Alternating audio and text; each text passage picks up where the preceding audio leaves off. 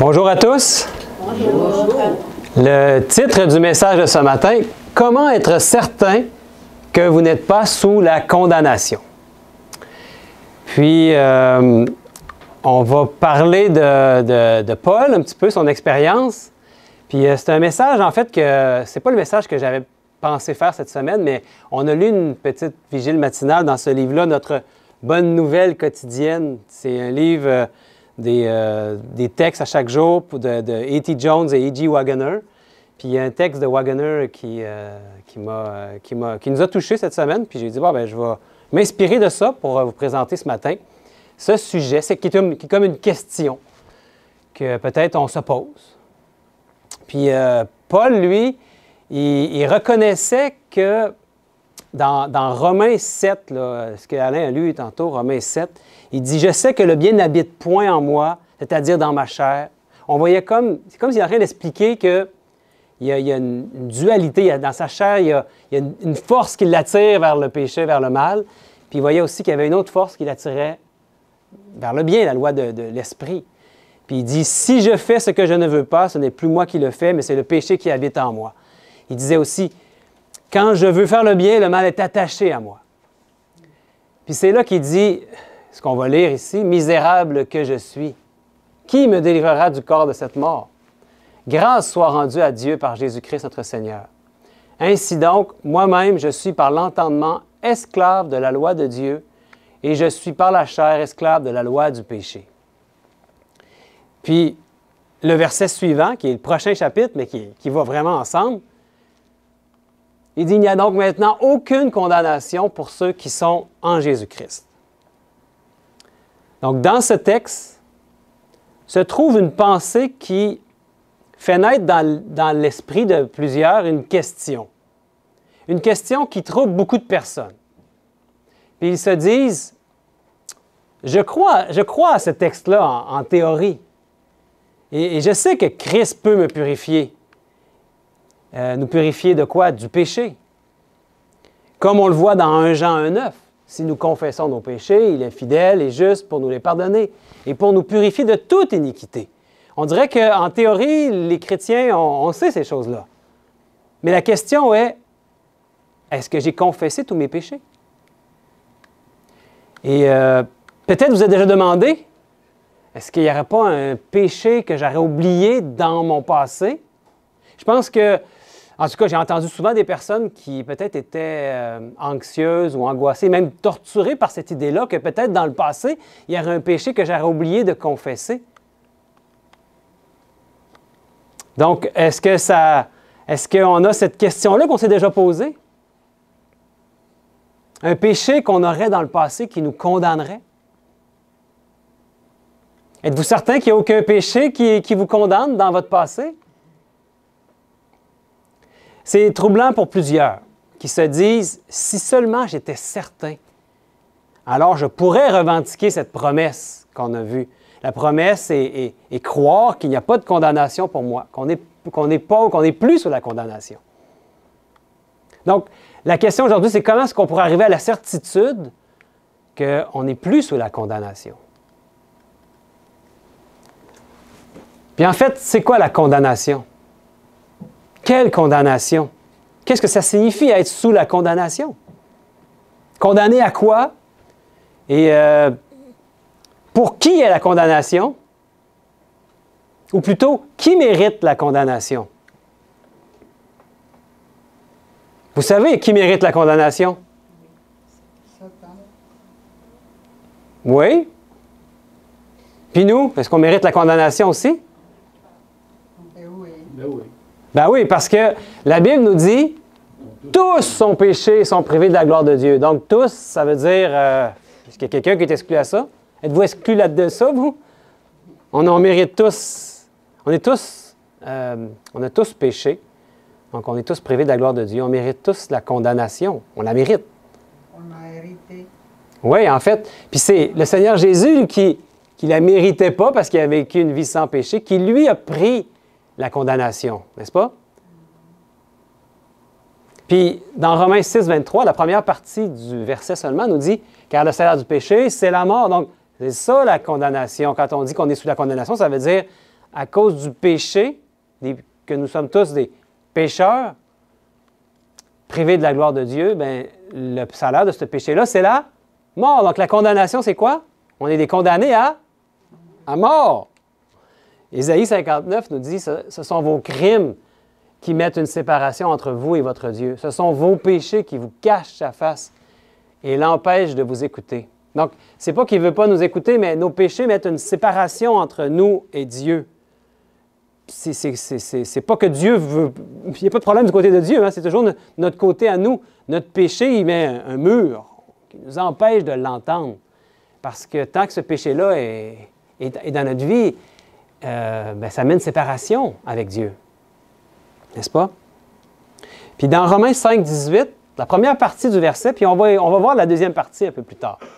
Ça dit ainsi donc, comme par une seule offense, la condamnation a atteint tous les hommes. La condamnation a atteint qui? Est-ce que la condamnation vous a atteint aussi? Oui. Donc, comment être certain que vous n'êtes plus sous cette condamnation? Que vous n'êtes plus condamné à mort? Oui, exactement. Puis, donc, qu'est-ce qu'on doit faire en premier? Bien, ça se passe ici. Notre front. Qu'est-ce qu'il y a derrière le front? Notre cerveau. Il y a la partie frontale du cerveau. C'est ici, dans cette partie-là, que Dieu veut communiquer avec nous, n'est-ce pas? Qui veut nous aider à prendre conscience des péchés qui sont en nous. Il veut nous aider à prendre conscience de notre état de pécheur. C'est ici, dans le front. La première chose. Donc, premièrement, nous allons bien sûr reconnaître tout péché que le Seigneur nous montrera. Et c'est le travail de qui, ça? L'Esprit. Oui, l'Esprit de Dieu, l'Esprit de Jésus. C'est son travail, le consolateur, de nous montrer ou de nous convaincre d'un péché. Et de nous le révéler pour que nous en ayons conscience. Un péché qu'on n'a pas conscience, il est inconscient. Il va nous le révéler, par contre. Il veut nous les révéler, même les péchés inconscients. Mais il veut qu'il soit conscient, notre esprit. C'est comme ça qu'on peut le confesser. Comment est-ce qu'on peut confesser un péché qui n'est pas conscient? Donc, la première chose, c'est, lui, il va nous révéler nos péchés. Puis, il nous dit ça, hein, dans Jean 16, c'est le long discours de Jésus qu'il fait à ses disciples avant d'être arrêté. C'est là où il leur parle du consolateur 3 fois. Et vous savez que le consolateur, en grec, c'est paraclète ou paraklétos. Regarde Yotta, je suis content que Yotta, notre ami grec, ou plutôt chypriote qui parle le grec, peut acquiescer quand on amène des mots en grec. Et le consolateur, le paraclès, c'est lui qui est notre défenseur en justice. C'est lui qui est notre avocat aussi. C'est le même mot. Hein? Et c'est lui qui va nous convaincre. Le texte nous dit dans Jean 16, hop, ça ne fonctionne plus. Jean 16, verset 8. « Et quand il sera venu, il convaincra le monde en ce qui concerne quoi? Le péché, la justice et le jugement. » Donc, c'est qui veut nous convaincre du péché? Parlez-moi. L'Esprit de Dieu. Oui, l'Esprit de Jésus lui-même veut nous convaincre du péché. C'est son travail. C'est lui qui va le faire, hein? Puis, qui est-ce qui veut convaincre du péché? Nous, hein? Puis plus que ça même, il veut convaincre le monde. Wow, il y a un gros travail, hein? Est-ce qu'il y en a des péchés dans le monde? Il y en a beaucoup. Nous avons peut-être des péchés, mais le monde qui ne connaît pas Jésus, puis qui ne connaît pas la loi de Dieu, qui marche sans Dieu, a beaucoup de péchés, mais Jésus les aime autant qu'il nous aime, nous, hein? Puis il veut les convaincre du péché. Il parle à leur conscience. C'est pour ça que c'est important d'avoir un lobe frontal qui est en bon état, pour qu'on puisse entendre sa voix qui parle à notre conscience. Donc, il veut amener tous les êtres humains à prendre conscience de quoi? De leur état de pécheur. Puis il va aller plus loin que ça, parce qu'il en plus de nous faire prendre conscience de notre état de pécheur et qu'on mérite la mort sans lui, il veut nous faire prendre conscience de chacun des péchés de façon pointue. Il va aller de plus en plus loin dans notre vie et extirper le péché de nos vies complètement. Vous êtes d'accord? C'est lui qui veut le faire. Et même, il veut nous révéler tous nos péchés, même qu'on n'a pas conscience présentement.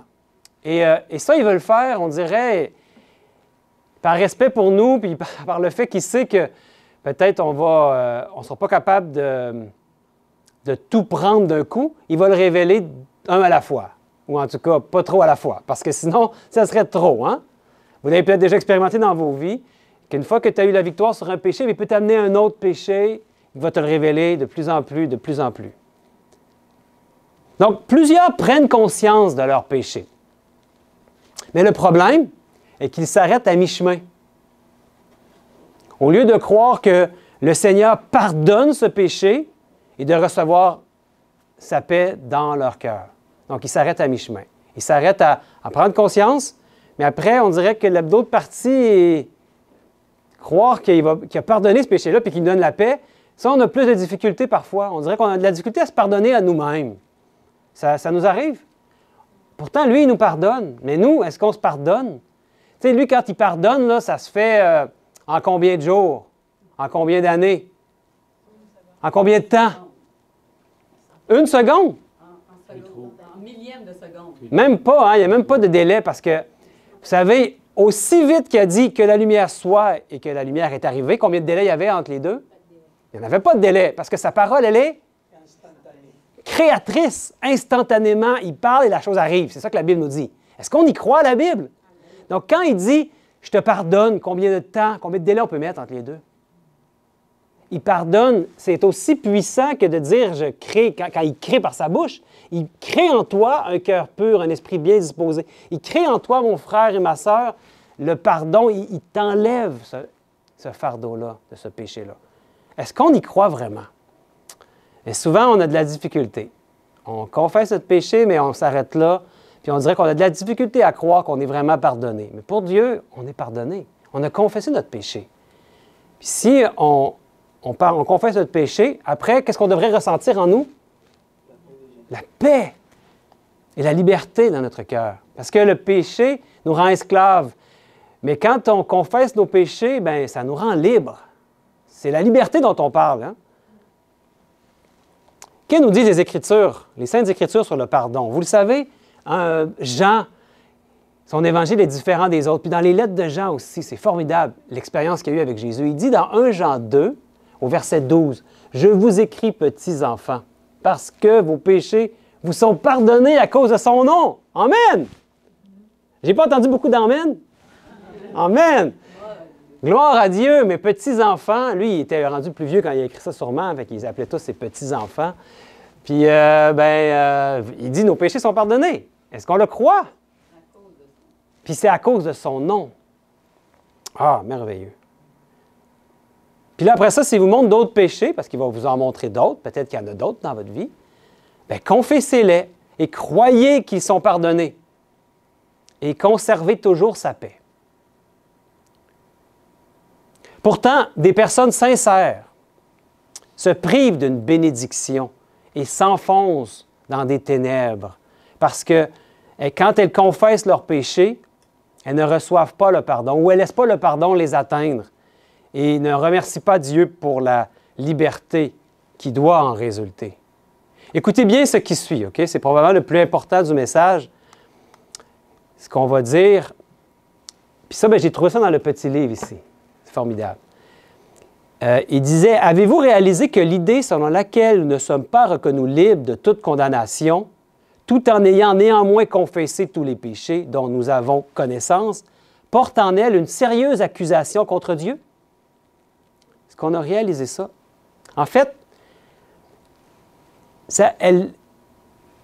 l'idée selon laquelle on n'est pas reconnu libre après la condamnation, de toute condamnation, même si on a confessé nos péchés, comme on parle depuis tantôt, cette idée-là, elle fait du Seigneur un pardonneur, le pardonneur de la personne qui possède la meilleure mémoire. Ça m'a fait réaliser des choses. Des fois, On fait de Dieu celui qui pardonne la personne qui a la meilleure mémoire. Vous me suivez? Mais est-ce votre mémoire seule qui vous rend capable de vous rappeler de ces péchés, de nos péchés, pour les confesser? Bien, la réponse à cette question, c'est la clé pour comprendre et pour arriver à comprendre cette question. Comment être certain que vous n'êtes plus sous la condamnation? Est-ce que c'est une question de celui qui a la meilleure mémoire? Non, c'est Dieu qui révèle. Qui a stimulé et ravivé votre mémoire? C'est l'Esprit de Dieu, le Consolateur. Il dit, il est avantageux que je m'en aille. Et si je m'en vais, je vais pouvoir vous l'envoyer. Puis à la Pentecôte, qu'est-ce qui est arrivé? Il a fait un cadeau merveilleux à ses disciples. Les murs, il y a un vent impétueux qui est arrivé. Les anges étaient sûrement très présents. Puis il a en fait cadeau de son esprit à son Église, à son peuple. Et c'est pour nous guider, cet esprit-là. C'est pour nous montrer comment agir, quoi faire, mais en premier lieu, pour nous convaincre de pécher. Donc, il veut sauver le pécheur. Il ne veut pas le sauver dans ses péchés, mais il veut le sauver du péché. Il veut l'extirper de nous. L'Esprit de Dieu va nous convaincre. Donc, qui stimule et ravive notre mémoire? Bien, c'est l'Esprit de Dieu lui-même. Donc, ce n'est pas un concours de celui qui a la meilleure mémoire, le ciel, hein? C'est d'un bout à l'autre, d'un bout à l'autre, là, c'est 100% les mérites de Jésus-Christ. 0% mes mérites à moi. N'oubliez jamais ça. Donc, c'est une faculté qui oublie. oui, en plus. Puis quand on vieillit, on oublie plus. Hein? Donc, est-ce qu'on va accuser Dieu de faire une œuvre partielle et partiale en pensant que c'est celui qui a la meilleure mémoire ou qu'il faut se souvenir de nos péchés? Donc, il a envoyé vraiment son esprit pour nous montrer nos péchés. Dirons-nous qu'il en a dissimulé une partie pour ne pas nous les révéler et que nous soyons encore sous la condamnation? Mais non! Il veut nous sauver, il ne veut pas nous perdre, il ne veut pas nous cacher des choses. Donc, s'il y a un péché qui vous coupe le ciel, s'il y a un péché qui fait que vous êtes encore sous la condamnation, qu'est-ce qu'il va faire? Il veut vous laisser dans la condamnation? Non, qu'est-ce qu'il va faire? Il va vous le révéler. Donc, si présentement vous lui demandez, « Révèle-moi si j'ai un péché », qu'est-ce qu'il va faire? Vous êtes là, vous lui demandez, là. Bien, il va vous le mettre dans votre conscience, dans votre tête, dans votre esprit. Il va vous le révéler. Et maintenant, bien, détourne-toi de ce péché-là qui t'a révélé. C'est ce péché-là qui veut que tu te détournes. Le péché que tu as fait il y a 20 ans, là, que tu ne te souviens plus, c'est pas de celui-là qui te met en tête. S'il y a un problème avec ce péché-là il y a 20 ans, il va te le mettre en tête. Il est capable de le faire. Détourne-toi de ce péché-là qui te montre. C'est ça que j'ai compris dans cet enseignement-là ici. Ça m'a fait du bien, parce que souvent on peut être troublé, pensant qu'on est sous la condamnation. Mais si vous écoutez l'Esprit de Dieu dans votre cœur, si vous marchez avec l'Esprit de Dieu puis vous entendez sa voix, écoute, ce n'est pas quelque chose qui serait difficile à entendre. Vous lui demandez, il vous le dit. Il vous le dit de quelle manière? Dans votre esprit. Il vous parle, n'est-ce pas? Vous l'entendez qu'il vous dit, détourne-toi de tel péché. Quand tu arrives à faire un péché, il va te le montrer dans ta conscience, il va te dire, non, fais pas ça, Sébastien. Parce que c'est pas selon ma volonté, ça. Puis il nous donne la force en plus, puis la puissance de nous détourner de ce péché-là. Il nous envoie son esprit pour nous montrer nos péchés, pour nous les révéler, pour qu'on en prenne conscience, puis qu'on les confesse, puis qu'on s'en détourne. Puis ensuite, il ressort quoi? Il ressort la paix et la liberté de tout ça. Et ça, c'est même pour les péchés involontaires, parce que je suis convaincu qu'avant que Jésus revienne, Dieu prépare un peuple très particulier. On appelle les 144 000. Puis ce péché-là, il veut même, ça c'est l'enseignement sur le sanctuaire qui nous le montre, il veut même extirper le péché involontaire. Je dis, Sébastien, il n'est pas conscient, mon esprit, comment je peux ne plus pécher de façon involontaire? Mais c'est pour ça, demandez-lui qu'il vous le révèle. Puis il va vous le rendre conscient, votre esprit. À ce moment-là, s'il est conscient, il n'est plus involontaire. Il va vous donner... Il va vous le montrer, puis vous allez confesser ce péché-là aussi. Puis, ah, merci mon Dieu, tu m'as révélé un péché que je n'avais pas conscience. Maintenant, toi-même, aide-moi, donne-moi la force de ne plus faire ce péché-là. Et vous allez marcher victorieux. Donc, il nous a exactement, on pourrait même dire, seulement montré ce qu'il voulait que nous confessons. Arrêtons d'être troublés avec un péché qu'on aurait peur d'avoir oublié dans notre passé. N'est-ce pas? Il va nous le montrer. Il nous montre ce qu'il veut qu'on puisse nous détourner, confesser puis avoir la victoire. Et lorsque nous avons confessé ce ou ces péchés qui sont en nous, bien, nous avons rencontré la pensée de Dieu et nous sommes libres. Être dans la même pensée que Dieu, n'est-ce pas une chose formidable? Être dans le même esprit que Dieu. Sa pensée, c'est son esprit. Dans Romains 8, Paul dit « Et celui qui sonde les cœurs connaît quelle est la pensée de l'esprit, parce que c'est selon Dieu qu'il intercède en faveur des saints. » La pensée de l'esprit. Et dans Romains 5, verset 18, le verset qu'on a juste vu la moitié, on va aller voir l'autre moitié parce que c'est merveilleux. Il dit « Si donc, comme par une seule offense, la condamnation a atteint tous les hommes, c'est un fait qu'on a vu, de même, par un seul acte de justice, la justification qui donne la vie s'étend à tous les hommes. » Il ne faut pas oublier la deuxième partie, hein? Donc, par ce seul acte de justice de notre Sauveur Jésus-Christ, tous les êtres humains ont maintenant accès à l'opposé de la condamnation. Par l'offense d'Adam, à quoi étions-nous condamnés? On l'a vu, à la mort. Je l'ai mis en rouge en parenthèse. Oui. Puis, même, j'ai entendu tantôt, on parle de quelle mort ici?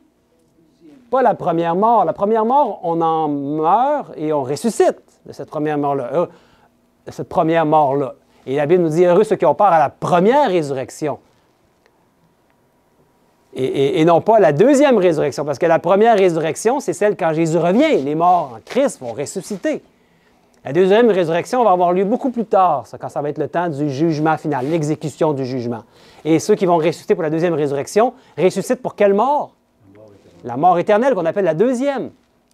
L'étang de feu et de soufre dans l'Apocalypse, ce n'est pas un enfer éternel.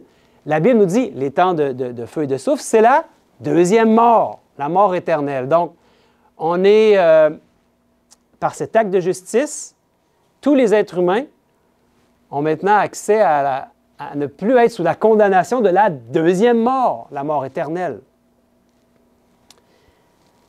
Mais grâce à la justice de Christ, un seul acte de justice, donc comme par un seul acte, Adam nous a plongés dans cette mort.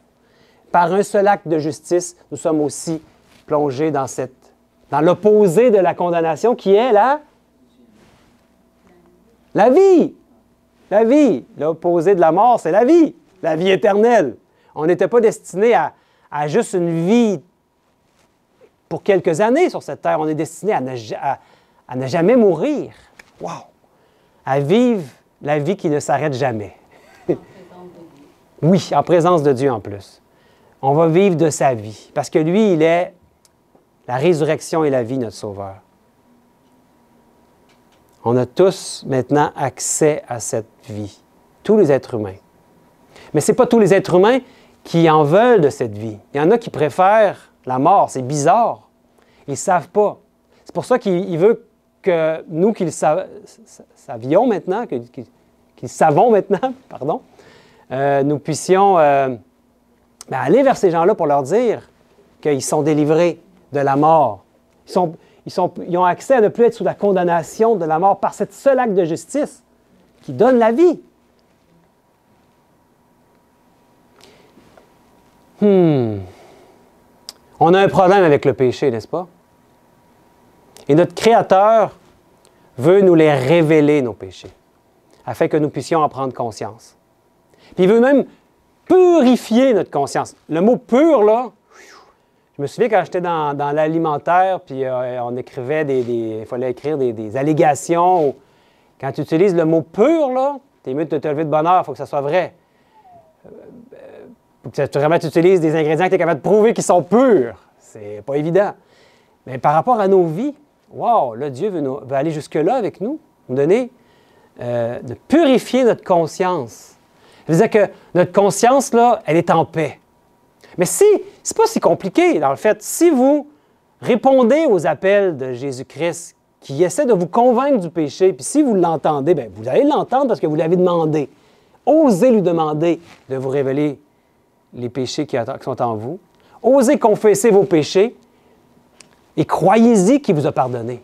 Croyez-y parce qu'il l'a dit, c'est une promesse qu'il allait vous pardonner. Et là, après, vous allez sentir sa paix. Et ensuite, vous dites, « Ah, mais ma conscience n'est pas pure. » Mais si, tu ne peux pas dire que ta conscience n'est pas pure. S'il n'est pas pur, il va te le montrer. Il va te montrer un péché. Donc, il y a des gens qui me disent, qui m'ont dit, « Ah, moi, je pêche à tous les jours. Mais je me relève, puis tu es sûr que tu pêches à tous les jours. » Le péché, c'est grave le péché, mes amis. À cause d'un péché, Jésus a dû mourir sur la croix. Est-ce que vous pouvez dire que vous péchez tous les jours, vous? Pensez-y, là. Pécher, c'est recrucifier Christ. Est-ce qu'on fait ça tous les jours?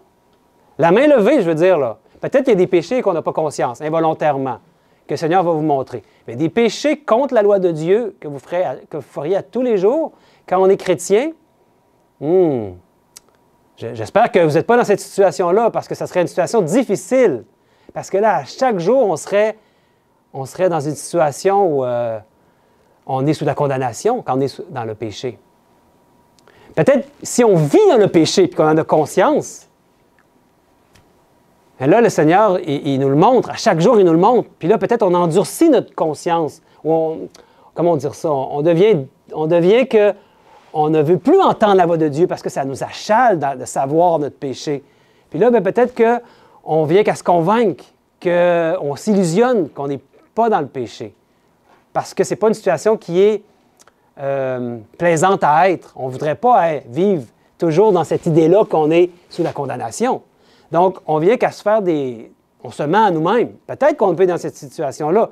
Mais quand on est un chrétien, puis qu'on prie Dieu pour qu'il nous révèle nos péchés, il le fait. Puis après ça, on a juste à s'en détourner. Bon, on dit on a juste à s'en détourner. Par nos propres forces, on ne peut pas y arriver. Mais si on demande à l'Esprit de Christ de nous donner la force, il le fait. Puis il nous donne la paix.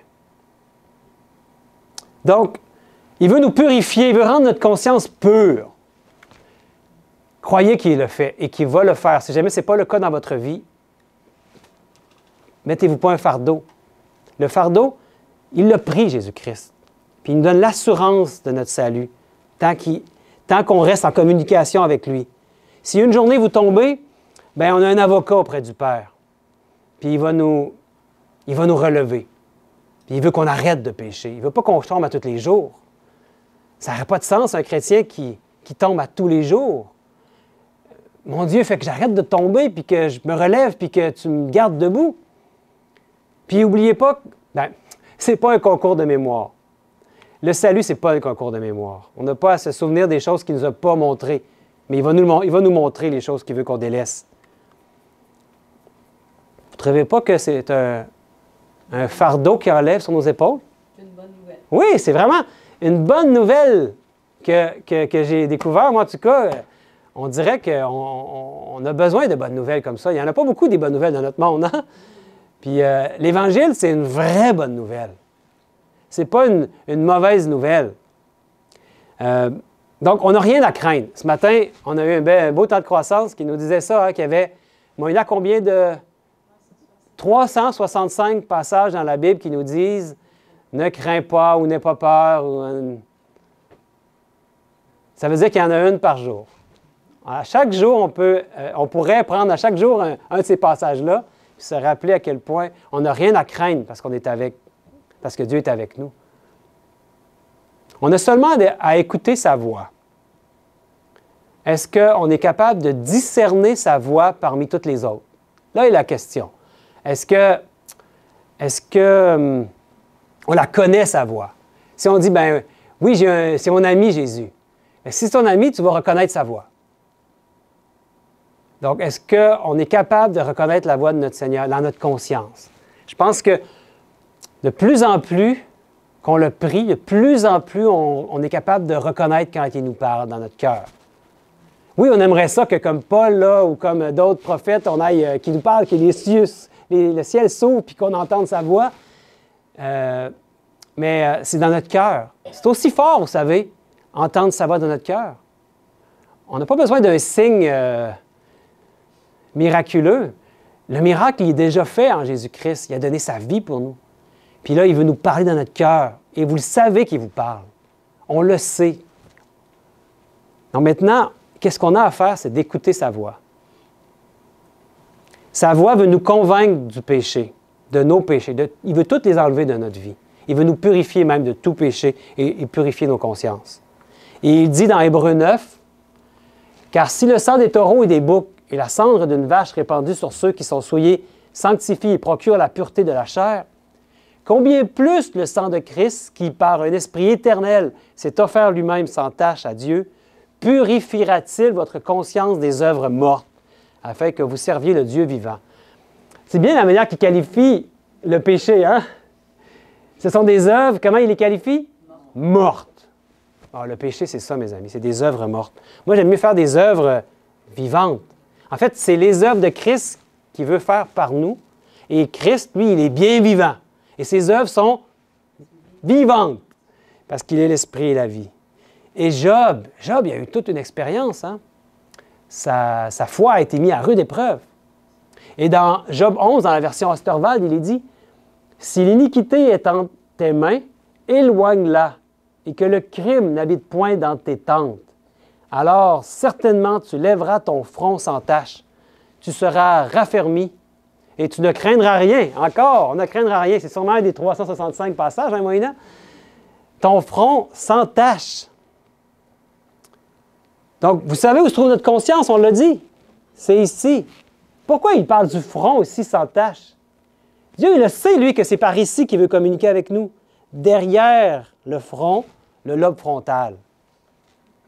C'est par le lobe frontal, cette partie-là ici, qui représente à peu près le tiers de notre cerveau, que Dieu, l'Esprit de Dieu veut communiquer avec nous et nous révéler nos péchés.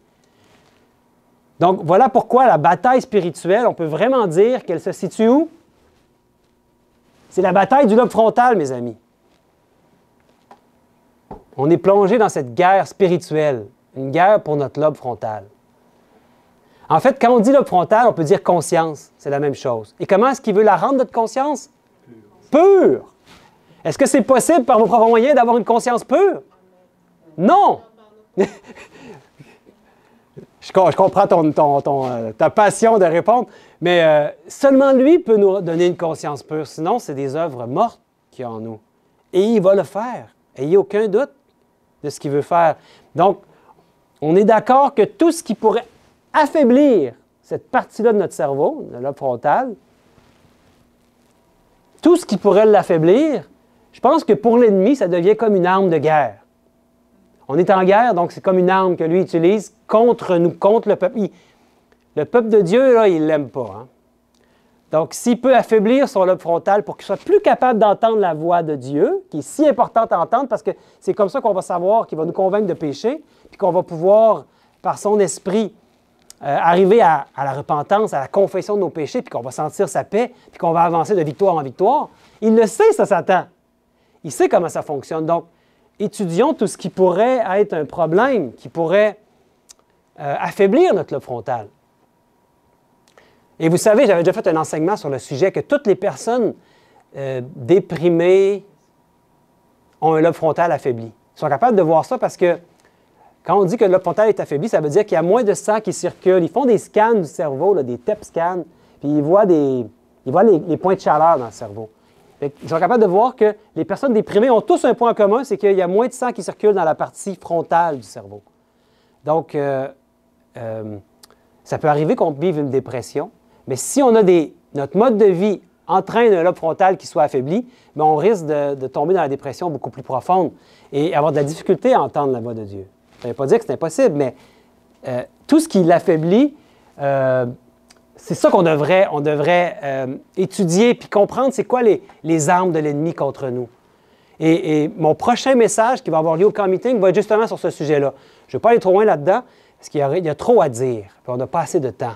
Mais la bataille du lobe frontal au camp meeting de Saint-Éliard-de-Beauce, ça va être le 19 juillet, ce message-là.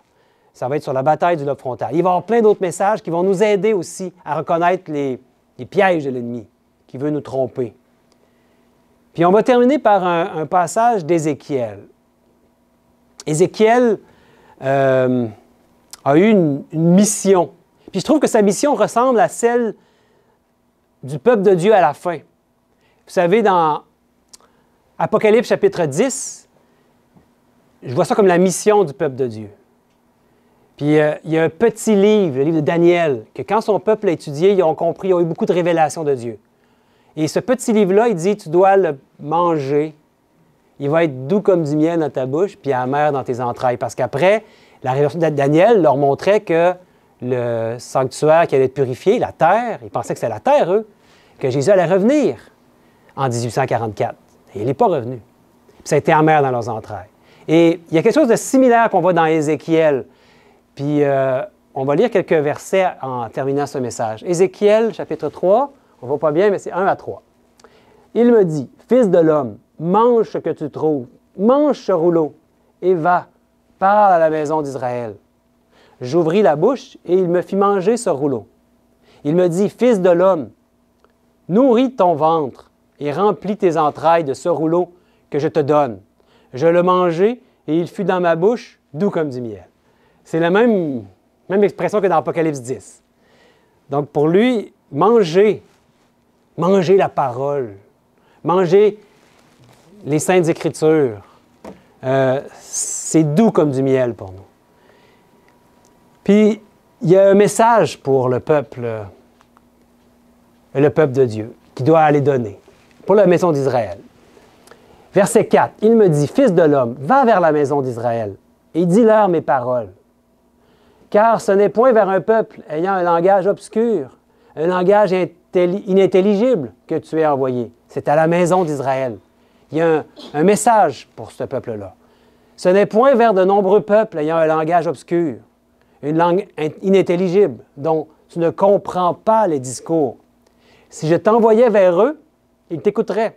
Mais la maison d'Israël ne voudra pas t'écouter, parce qu'elle ne veut pas m'écouter. Car toute la maison d'Israël a, à quoi? Le front dur et le cœur endurci. Pensez-vous que c'est anodin que Dieu prenne ce terme-là ici, le front dur? Alors qu'on sait que le front, ça veut dire notre conscience. Ils ont la conscience qui est rendue dure. Le cœur, c'est en fait nos pensées, notre conscience. Le cœur, il n'y a pas de conscience. C'est un terme qui signifie la même chose pour moi. Le front dur. Donc, même si le peuple a le front dur, il y a des gens quand même qui vont entendre. Il y a encore un peuple, Dieu a encore un peuple dans ce monde, dispersé un peu partout.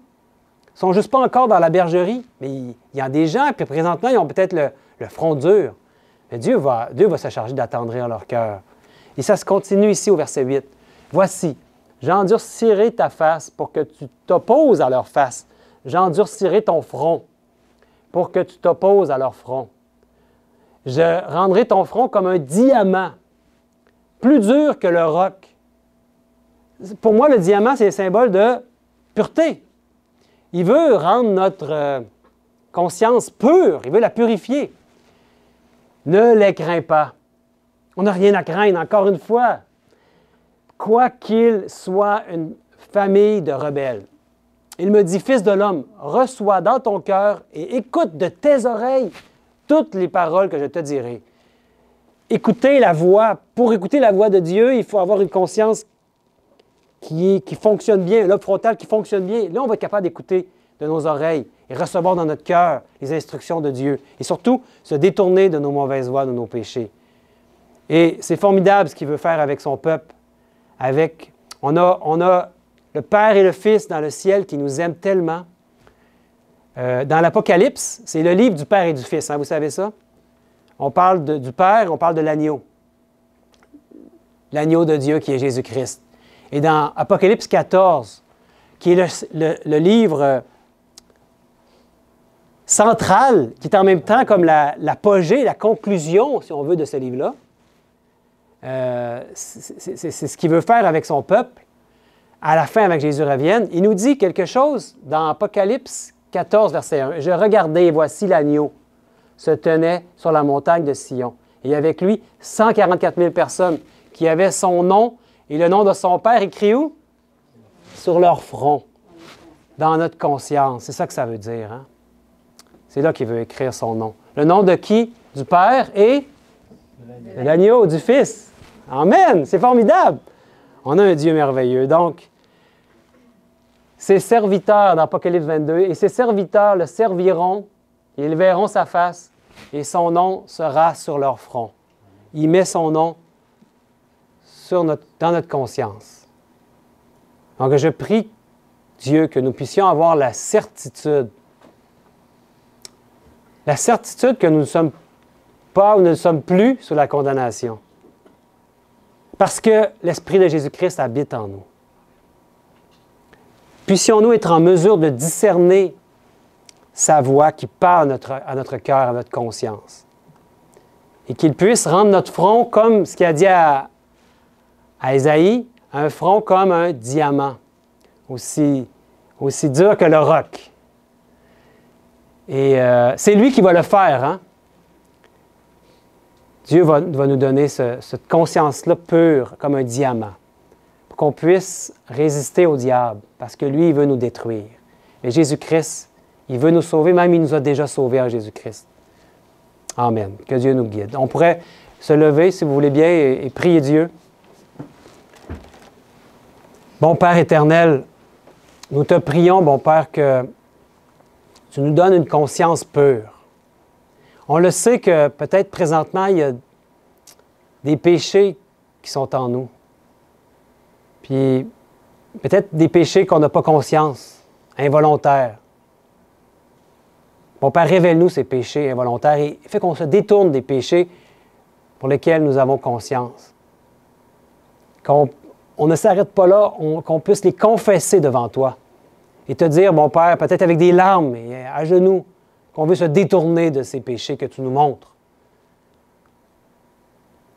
Bon Père, donne-nous la force de confesser nos péchés, même si ça peut être difficile.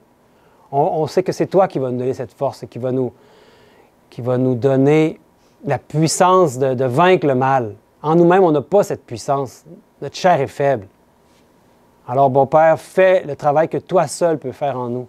Donne-nous une conscience qui soit pure. Et on remet nos vies entre tes mains. Utilise-nous pour ta gloire, bon Père. Et c'est au nom et par les mérites de Jésus-Christ que nous t'en prions. Amen. Amen.